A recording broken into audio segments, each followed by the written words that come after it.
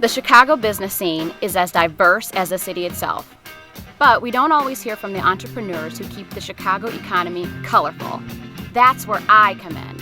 I'm Micaela Brown, and this is the Minority Report. Sometimes Arabel Rosales blindsides people with her ability to talk art, fashion, and business without blinking an eye. It's that ability to use both sides of her brain that has led her to a successful career at the helm of the technology firm AAR and Associates.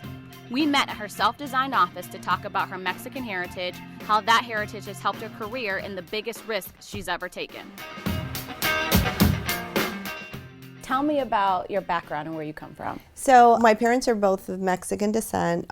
They're Mexican. No, my mom is from El DF, and my dad passed away, but he was from the northern part of Mexico. I'm sorry to hear that. Yeah, 10 years ago. But you know what? I have such great memories of him, and people have such great memories of him that to me he's like alive in everything that I do all the time. What are their backgrounds? They developed their own background. So when my dad came from Mexico, he was actually a tailor. Really? And they met here. He went to Mexico to ask for my mom's hand in marriage, and then came back here and decided to start their life here, which was very interesting because most of our family is still in Mexico. They Really? think we're crazy for living in the United States. Because when my dad came, he started one of the first Spanish TV programs and did what people call now cross-marketing. I think he did it way back then. So he'd be on TV and he'd get like these really famous stars. They would come in, they'd be on a show. He would make the clothes for them, design clothes for them, and then they would go off and market it. And we had about 50 people working for us, and then they would manufacture the clothes, and then we'd get shipments, ordered from all over the world, really, yes. What do you think is like the greatest part of your heritage that you apply every day to make you successful? And what is something about your heritage that you feel may set you back in your success in business? Yeah, so my dad always taught us that you had to have a very strong work ethic, and you also had to be very ethical. Like that was ingrained in us. And also I think the family nucleus, that you had to set your priorities straight. So Right. As busy as they always were, the priority was always family. And I know that with me, that also translates that, you see me doing 3 million things, but the people that are around me and work closely with me know that my family is very, very important. I don't know what I could tell you that there's anything from my culture or background that I think sets me back. I think there's nothing that can set you back unless you allow it to. How is it being not only a woman of color, but a woman in such a highly male-dominated field? I'm definitely a woman, and I love being a woman. I do. I enjoy it so like much. a woman.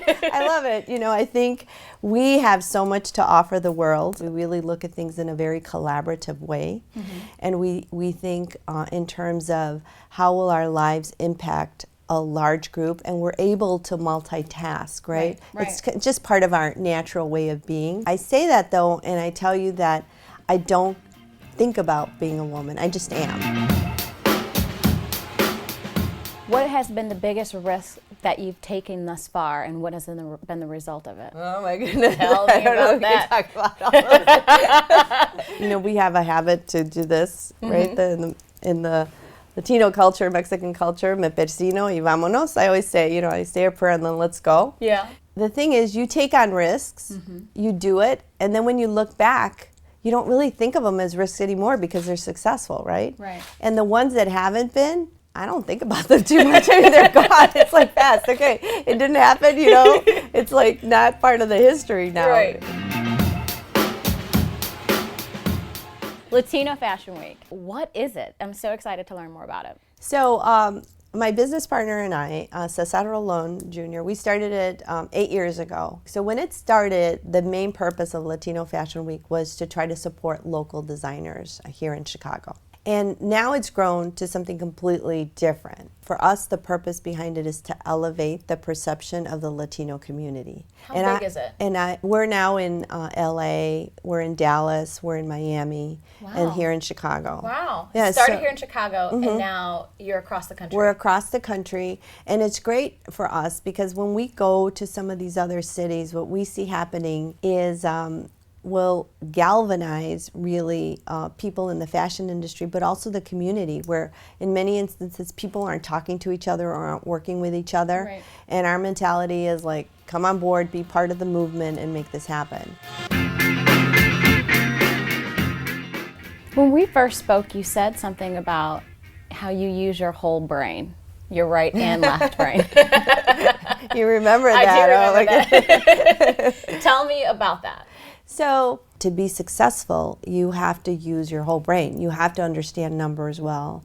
Obviously, technology, you have to be up to date on science and, you know, what are the innovative things. So I try really hard to maintain that balance because I think that to be the most successful that you can be is you have to constantly work those two sides of it. So use your whole damn brain. Sure, try. I think there's a lot more there to use.